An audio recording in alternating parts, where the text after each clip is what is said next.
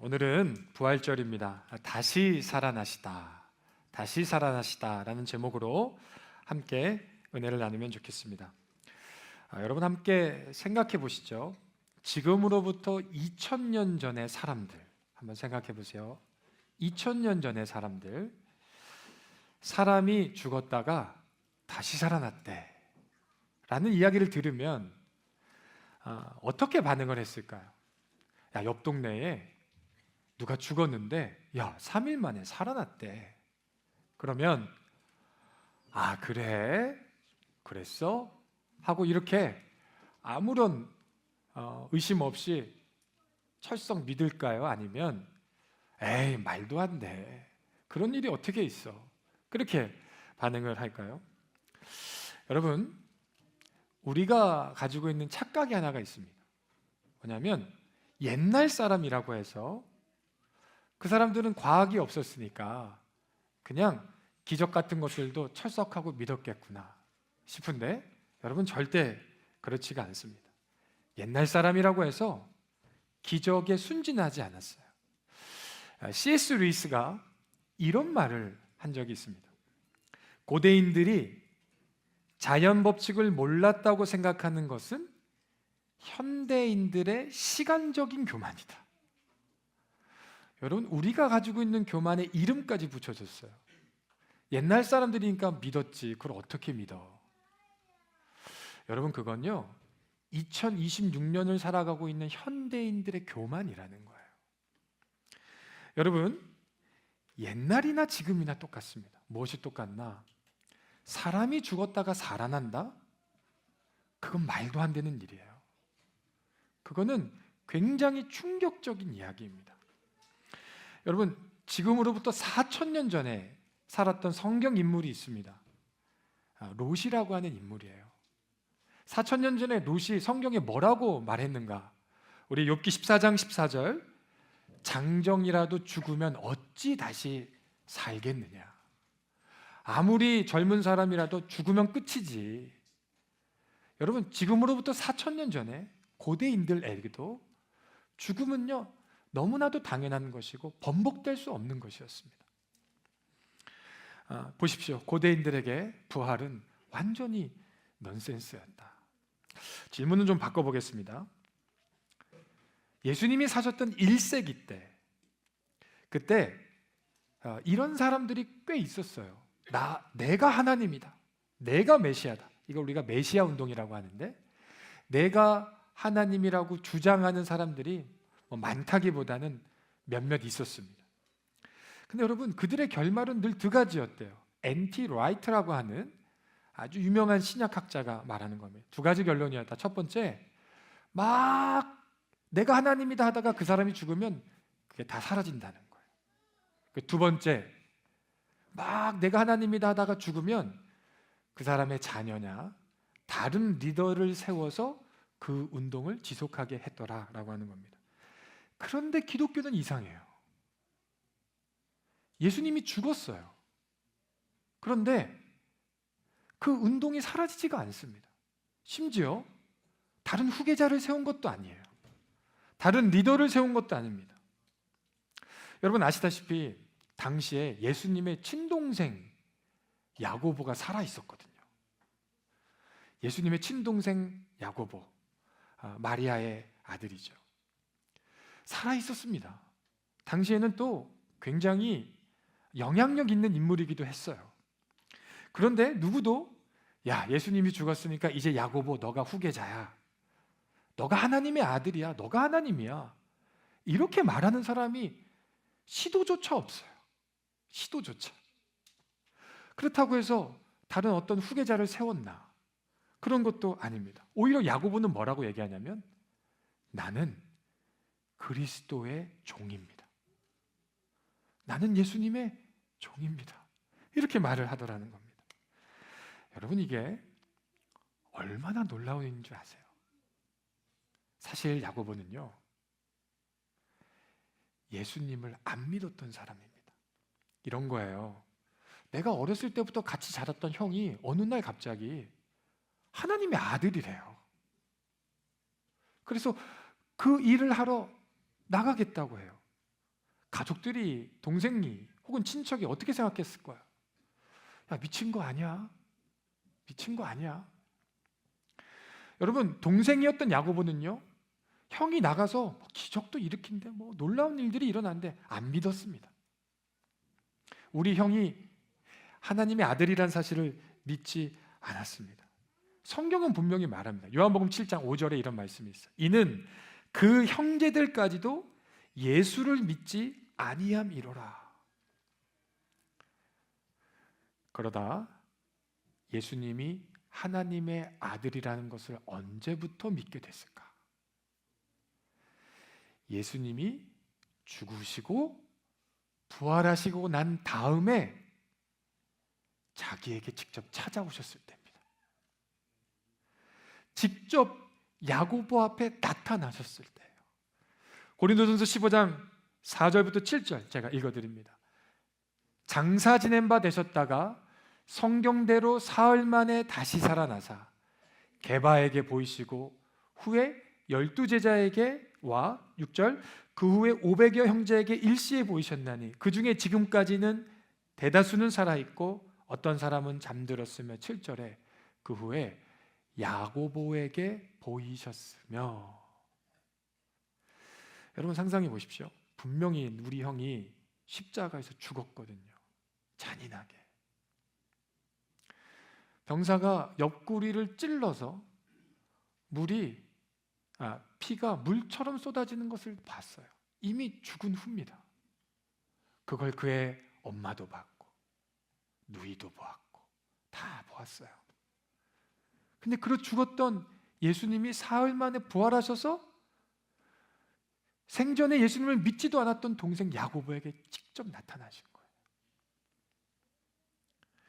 여러분 그 순간 모든 것이 바뀌었습니다.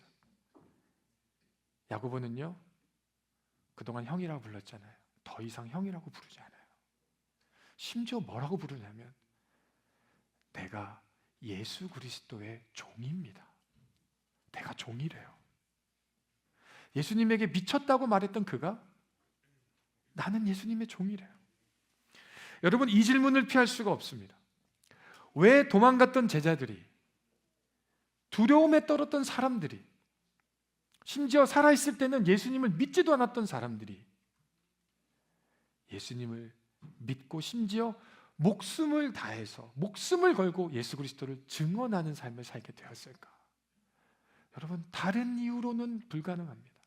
단 한 가지 이유, 부활하신 주님을 만났습니다. 부활하신 주님을 본 거예요. 여러분 18세기의 철학자 임마누엘 칸트 아실 겁니다.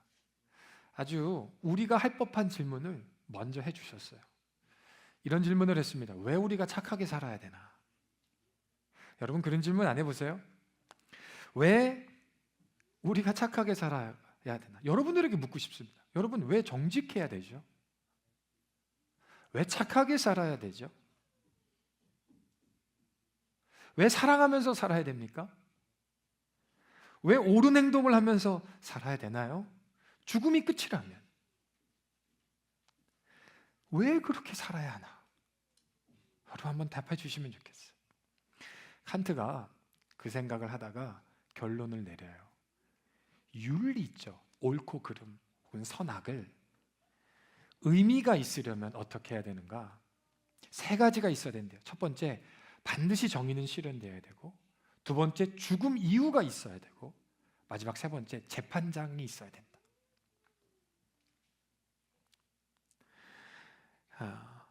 그러면서 칸트가 어떻게 결론을 내린가 하면 하나님이 계신다고 가정해야 된다. 여러분 이런 뜻입니다. 선하게 살다가 죽으면, 선하게 살다가 죽는 것과 악하게 살다가 죽는 것이, 여러분 죽음 이유가 없고 재판도 없으면 그러면 착하게 살 이유가 뭐가 있는 거야? 몰래 아무도 모르게 나쁜 짓 하면서 살면 되지. 그 질문을 하고 있는 거예요. 이 땅에 윤리가 있으려면, 이 땅에 선과 악이 있으려면 무엇이 존재해야 되는가? 하나님이란 존재가 있어야 된다. 그래서 철학은 그렇게 결론을 내리는 거예요. 하나님이라는 존재를 가정해야 된다. 있다고 생각을 해야 된다. 그래야 윤리가 의미가 있다. 여러분, 얼마나 아쉬워요. 이게 철학의 한계입니다. 여러분, 천재 철학자도요, 하나님이 필요하다고 말하지 하나님이 계시다고 말하지를 못했어요. 하나님을 만나지 못했던 겁니다. 근데 여러분, 이 모습이 오늘 우리 현대인들하고 너무나도 비슷해요.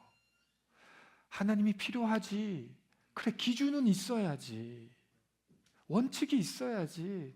선과 악이 있어야지. 그렇게 말하면서 하나님의 존재는 믿지 않아요. 그런데 바울은 뭐라고 얘기할까요? 여러분, 바울은요, 철학자가 아닙니다. 바울은 증인입니다. 사도 바울은 하나님이 필요해서 믿은 적이 없어요. 부활이 필요해서 믿는 그런 수준이 아닙니다. 고린도전서 15장 13절 한번 읽어보겠습니다. 우리 읽을 수 있는 분들 같이 한번 읽어보겠습니다. 시작. 만일 죽은 자의 부활이 없으면 그리스도도 다시 살아나지 못하셨으리라. 여러분, 접근하는 방식이 달라요. 당시에 부활이 있냐 없냐 논쟁이 있었단 말이에요. 부활이 있어? 부활이 없어? 접근하는 방식이 보세요. 부활이 없다면 예수님도 살아나지 못하셨겠지. 그런데 봐봐, 살아나셨잖아. 우리가 봤잖아. 여러분, 철학에서 시작하는 게 아니라요, 내가 본 그것에서 시작을 합니다. 봐봐, 우리가 분명 살아계신, 다시 살아나신 예수님을 만났잖아. 보았잖아. 그러니까 부활은 있는 거야. 그런 질문 할 필요 없어. 논쟁이 아니고 사유가 아니고 철학이 아니고 증인으로서 증언하고 있는 겁니다. 그러면서 또 한 가지를 말합니다. 3절 4절. 내가 받은 것을 먼저 너에게 전하였노니 이는 성경대로 그리스도께서 우리 죄를 위하여 죽으시고 장사 지낸 바 되셨다가 성경대로 사흘 만에 다시 살아나셨다. 모든 게 성경에서 말씀하신 대로 된 거야. 성경대로 죽으셨고 성경대로 살아나셨어. 그리고 이어서 말하는 겁니다. 아까 읽었던 말씀이죠. 5절에 베드로에게 직접 보이셨잖아. 12제자에게 직접 보이셨잖아. 6절에 동시에 500여 명의 사람들이 있는 상태에서 하나님, 예수님이 보이셨잖아. 그 중에 대부분이 지금 살아있잖아. 몇 명은 죽었지만. 7절에 야고보에게도 보이셨잖아. 알잖아. 그 동생은 예수 안 믿었었잖아. 근데 부활하신 주님 만나고 자기가 종이라고 말하고 다니잖아. 그리고 그 이후에 모든 사도에게도 나타나셨잖아. 심지어는 나중에 만삭되지 못한 자, 사생아 같은 나에게도 친히 나타나셨잖아. 봐봐. 여러분, 이건 이론이 아니라 목격자의 증언입니다. 여러분, 무덤이 비었길래 부활하셨나? 이 정도가 아니에요. 부활하신 예수님의 나타나심을 내 두 눈으로 보고 도마는 그 찔린 옆구리에 손을 넣어보고서 주님이시군요 하셨어요. 여러분, 다 흩어졌던 제자들이 주님을 본 후에 다시 모이는데요, 어떤 일이 일어나죠? 죽음도 두려워하지 않는 사람들이 됩니다. 예전엔 죽음이라고 하는 두려움이 있으면 다 도망쳤는데 그 한순간 이후에 죽음도 두려워하지 않는 사람이 되더라는 겁니다. 여러분, 왜 예수님이 죽으셔야 됐을까? 이 땅에 죽음이 왜 찾아왔을까요? 여러분들 여러 가지 이야기를 하실 수 있을지 모르겠지만 성경에서 말씀하시는 죽음의 이유는요, 한 가지입니다. 죄 때문입니다. 우리 로마서 6장 23절, 죄의 싹은 사망이요, 죄의 결과는 죽음이요. 하나님의 선물은 그리스도 예수 우리 주 안에 있는 영생이라. 여러분, 죄 때문에 죽음이 우리에게 찾아온 겁니다. 여러분, 죽음을 정확하게 보십시오. 유통기한이 다 돼서 죽는 게 아닙니다. 자연 법칙이기 때문에 죽는 게 아니에요. 죄 때문에 우리가 죽는 겁니다. 죄가 들어와서 죽는 거예요. 그렇다면 질문해 봐야 될 거예요. 예수님은 왜 죽으셨죠? 예수님은 죄가 없으시잖아요. 예수님은 죄가 없는데 죽을 이유가 없고 죽어서도 안 되는데 그분이 죽으셨어요. 성경이 말을 합니다. 사도행전 2장 24절. 하나님께서 그를 사망의 고통에서 풀로 살리셨으니 이는 그가 사망에 매여 있을 수 없었습니다. 여러분, 죄 때문에 죽는 건데요. 예수님은 죄가 없으시잖아요. 그러니까 성경이 뭐라고 말해요? 죽음의 사망에 그는 매여 있을 수 없다. 그러므로 여러분, 오늘 우리가 놀라야 될 것은 이겁니다. 주님이 다시 사셨다. 이것도 너무 놀라운 일이지만 우리가 해야 될 진짜 질문은 이거예요. 왜 죽으셨냐는 거예요. 죽을 이유가 없는 그 예수 그리스도가 왜 죽으셨는가? 이유는 단 하나 때문이다. 바로 여러분과 저의 죄 때문인 겁니다. 우리의 죄 때문에 죽으셨고, 죄 없으신 분이 죽으셨고, 그러나 우리를 구원하기 위해 부활의 첫 열매가 되어주신 거예요. 여러분, 오늘 우리가 부활 이야기를 하는 이유는요, 역사적으로 이랬습니다. 증거가 너무나도 명백합니다. 죽음도 불사한 사람들이 되었습니다. 그거 이야기하는 게 오늘 목적이 아닙니다. 부활은요, 우리의 미래에 대한 하나님의 약속이거든요. 여러분과 저에게 주시는 하나님의 약속이거든요. 예수님이 붙잡히시기 전에 이렇게 말씀하셨습니다. 요한복음 14장 1절에서 3절입니다. 너희는 마음에 근심하지 말라. 하나님을 믿으니 또 나를 믿으라. 내 아버지 집에 거할 곳이 많도다. 그렇지 않으면 너희에게 일렀으리라. 내가 너희를 위하여 거처를 예비하러 가노니 가서 너희를 위하여 거처를 예비하면 내가 다시 와서 너희를 내게로 영접하여 나 있는 곳에 너희도 있게 하리라. 여러분, 예수님이 죽으시기 전날 밤에 했던 이야기거든요. 내가 먼저 갈 거야. 너희의 거처를 예비하러 갈 거야. 그래서 거기 가서 나 있는 곳에 너희도 있게 할 거야. 너희도 있게 할 거야. 죽음으로 끝나는 인생이 아니라 주님께 이어지는 인생으로 하나님이 우리에게 예비해 놓으신 겁니다. 당신이 친히 십자가에 달리셔서 죄 없으신 분, 우리를 구원하시기 위해 죽으셨다가 사흘 만에 부활의 첫 열매로 우리에게 나타나신 겁니다. 그러므로 우리는 어떻게 살아야 되는가? 오늘 본문의 마지막 말절에 이렇게 말씀하고 있어요. 우리 58절입니다. 우리 읽으실 수 있는 분들은 같이 한번 힘차게 읽으면 좋겠습니다. 시작. 그러므로 내 사랑하는 형제들아, 견실하며 흔들리지 말고 항상 주의 일에 더욱 힘쓰는 자들이 되라. 이는 너희 수고가 주 안에서 헛되지 않은 줄 알미라.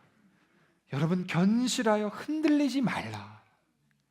너희의 수고가 헛되지 않음이라. 오늘 이 자리에 나와 예배하는 것, 하나님의 이름을 높이는 것, 내가 때로는 손해를 보면서 누군가를 사랑하고 세워주고 주님의 뜻대로 순종하는 것, 그거 하나도 헛되지 않다. 우리를 영원한 천국으로 인도해 주신다고 우리 주님께서 약속해 주고 계신 것입니다. 왜 그렇죠? 부활이 사실이거든요. 여러분의 기도 헛되지 않습니다. 여러분의 눈물 헛되지 않습니다. 여러분의 섬김 헛되지 않습니다. 여러분의 사랑 단 한순간도 헛되지 않습니다. 주님께서 그날 두 팔 벌려서 여러분 안아주시면서 여러분 눈에 있는 눈물을 닦아주실 겁니다. 제가 꿈을 꿉니다. 오늘 이 자리에 계신 분들하고요, 나중에 천국에 가서 만나는 꿈이에요. 근데 여러분, 권사님 우리 어떤 이야기를 나눌까요? 권사님 우리 어떤 이야기를 나눌까요? 그때 우리가 알게 되지 않겠습니까? 우리가 그동안 흘렸던 눈물들, 그 시간들 하나도 헛되지 않았겠구나. 우리 끝까지 주의 일에 힘쓰시기를 주님의 이름으로 축복합니다. 여러분 빛의 자녀로 사시기를 축복합니다. 소금으로, 세상의 소금으로 사시기를 축복합니다. 어느 날 하나님께서 여러분들을 안아주시고 영원한 생명으로 우리를 인도해 주실 것입니다. 기도하겠습니다.